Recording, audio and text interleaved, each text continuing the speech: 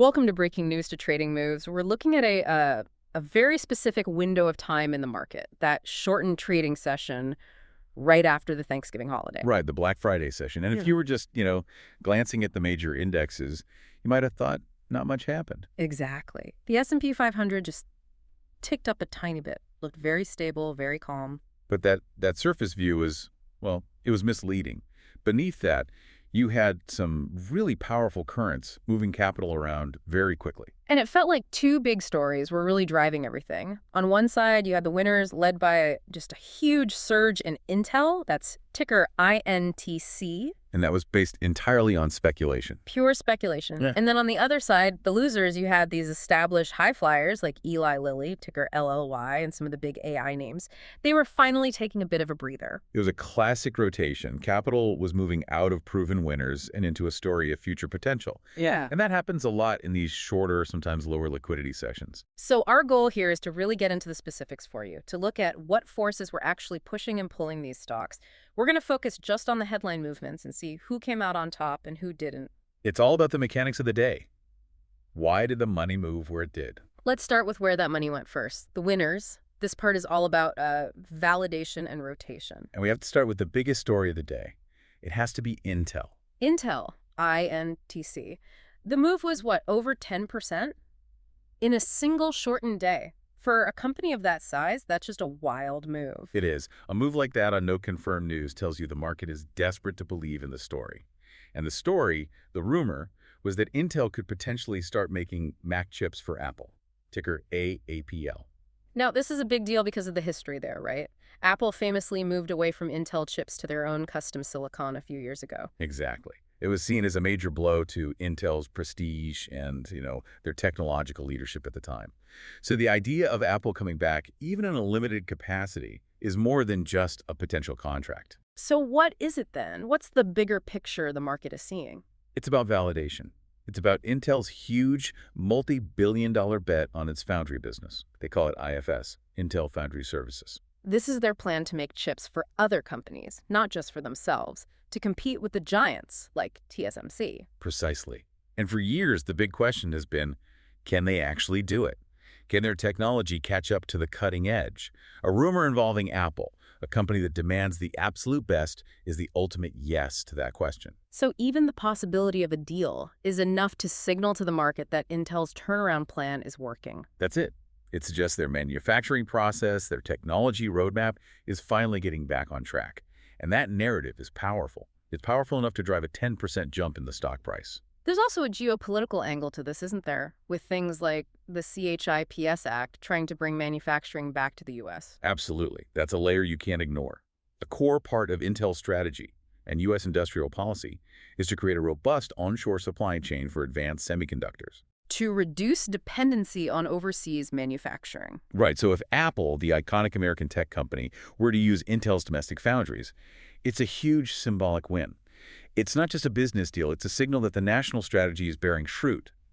The market prices that in, too. It adds a whole other dimension to the stock's appeal. Okay, let's flip it around. Let's look at ticker AAPL. Their own M-series chips have been incredibly successful. Why would they even think about going back to Intel for anything? It comes down to one thing. Supply chain management. It's about risk. How so? Well, right now, Apple relies very, very heavily on one single manufacturer for its most advanced chips. And that works great until it doesn't. You mean geopolitical risk or just, a factory having a problem? All of the above. Geopolitical tensions, natural disasters, capacity shortages, pricing pressure. Having all your eggs in one basket is a massive risk for a company the size of Apple. So bringing Intel on board, even for a portion of their chips, would be a diversification play, a backup plan. It's a fantastic backup plan. And more than that, it gives them negotiating leverage. Having a second viable high-end supplier, especially one located domestically, is a huge strategic advantage.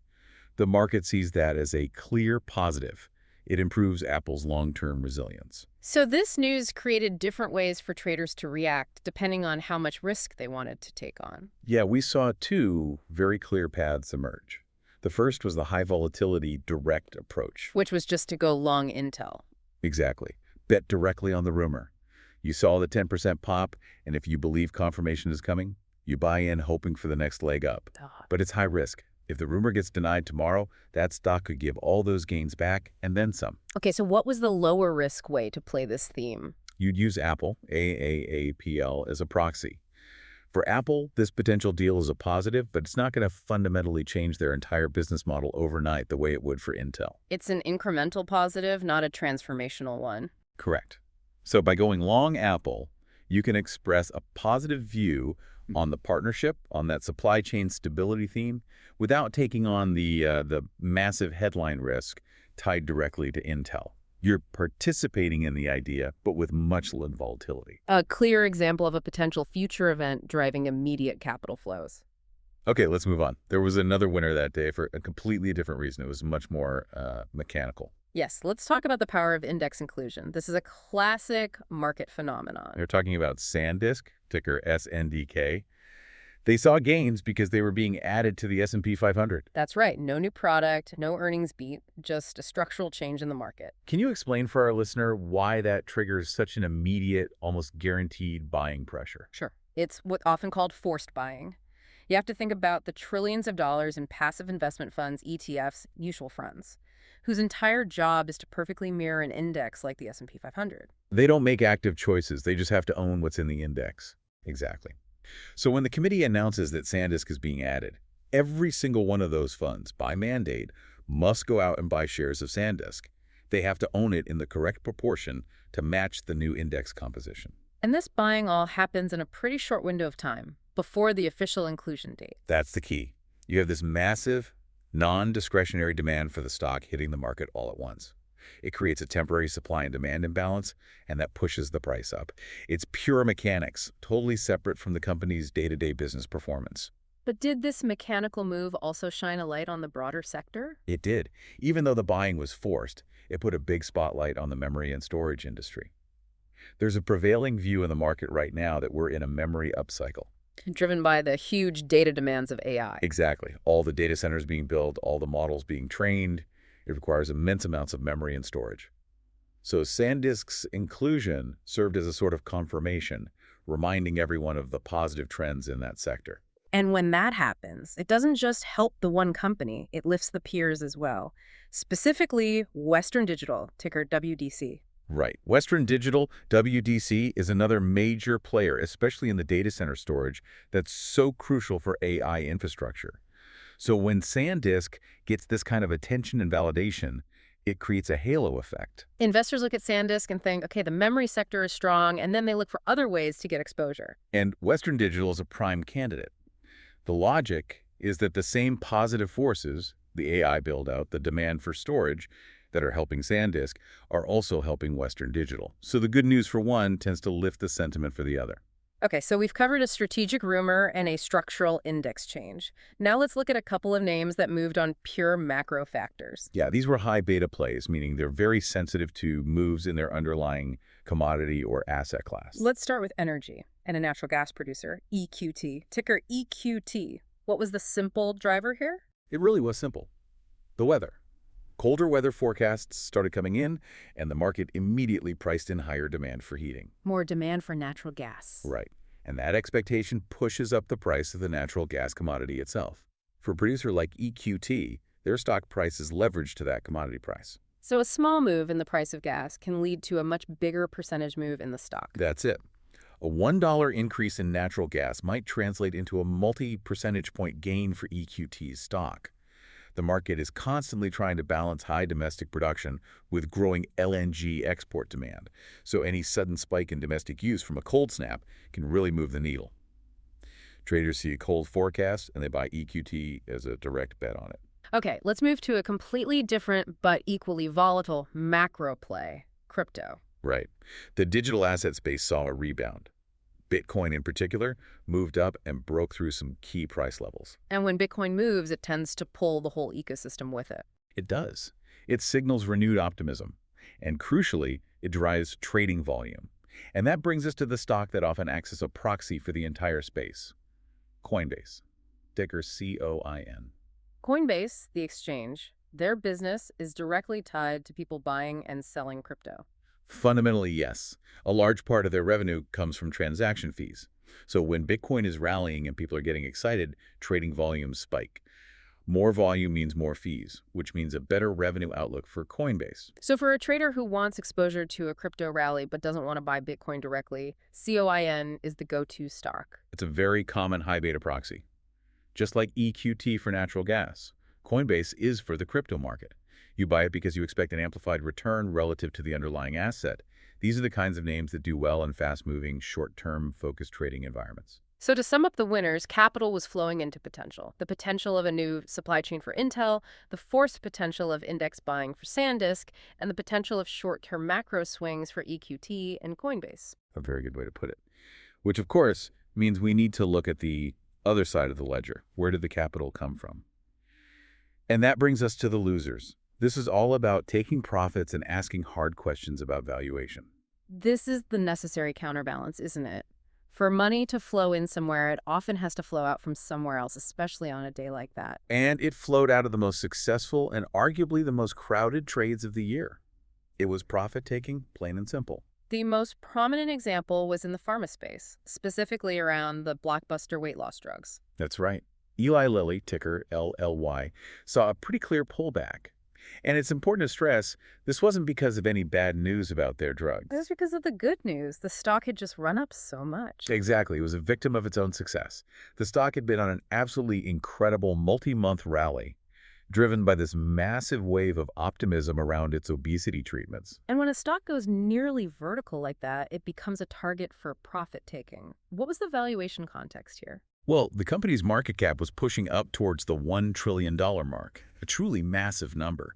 And to get there so quickly, it means the stock price was already reflecting years and years of future potential earnings. All the good news was already baked into the price. To a large extent, yes. So for any investor who got in months or even a year ago, they were sitting on enormous gains. A quiet, shortened trading session is a perfect time for them to, de-risk a little and lock some of that profit in.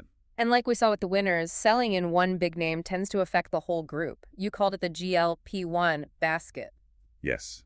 The market doesn't look at these stocks in isolation. Eli Lilly's main competitor is Novo Nordisk, ticker NVO. They are the two titans of this new class of drugs. And they trade as a pair. Very much so. So when a big fund decides, okay, LLY's valuation is a bit stretched for now, and they sell, that sentiment spills over. How does that happen? Does the same fund just sell Novo Nordisk as well? Sometimes, yes. It's portfolio management. They might be trimming their exposure to the entire weight loss drug theme. But it's also just perception.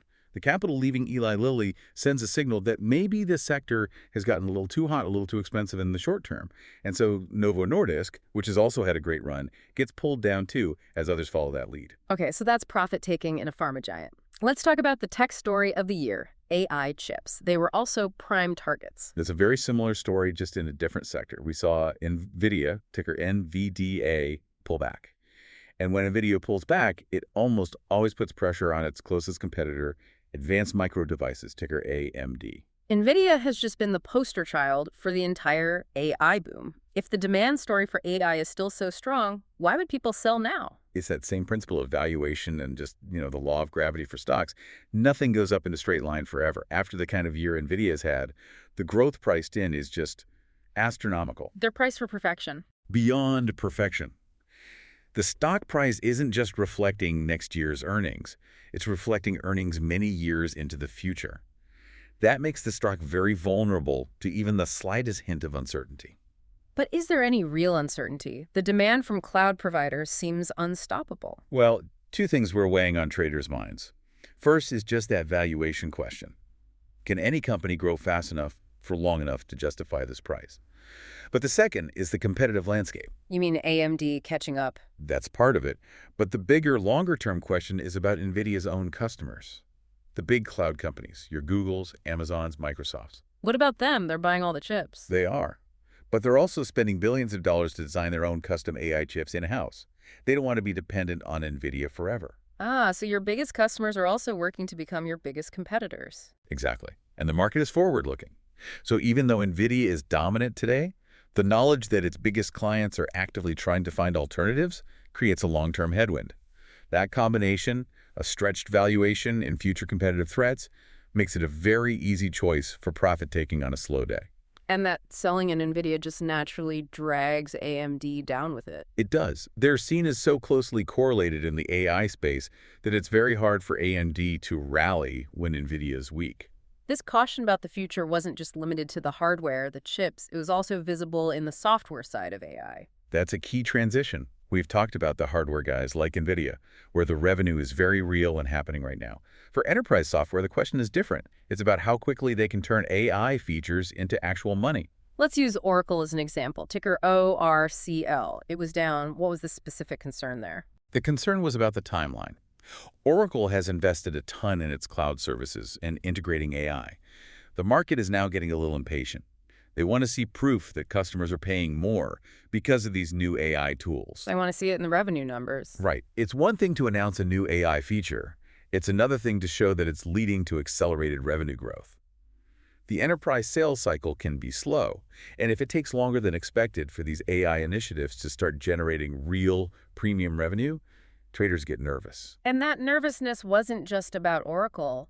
It seemed to apply to the whole enterprise software space, including Salesforce, ticker CRM. Yes, Salesforce is in the same boat. They're a leader in their space, CRM, and they're also weaving generative AI into everything they do.